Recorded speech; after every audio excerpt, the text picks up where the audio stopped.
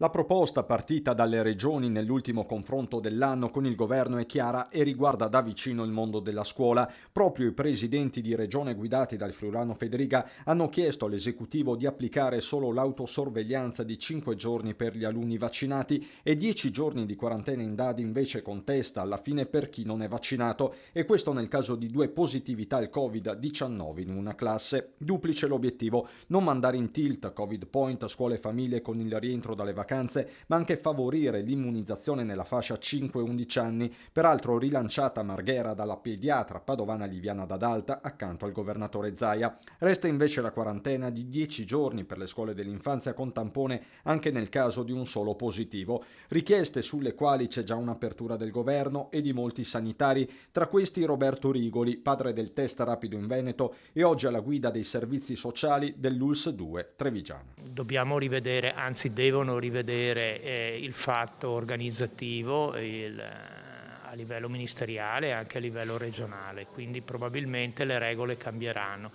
e speriamo che cambi anche il virus come pare stia accadendo, cioè diventi meno aggressivo. Rigoli a Zero Branco, per avviare una sperimentazione dedicata proprio alle classi in quarantena, guarda inevitabilmente alla scienza e trapela un cauto e prudente ottimismo. L'augurio è quello che questo virus possa diventare meno aggressivo, da diventare quasi un'influenza, per cui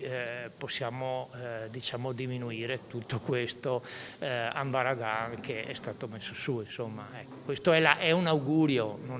è chiaro che finché non conosciamo bene il virus non possiamo abbassare la guardia.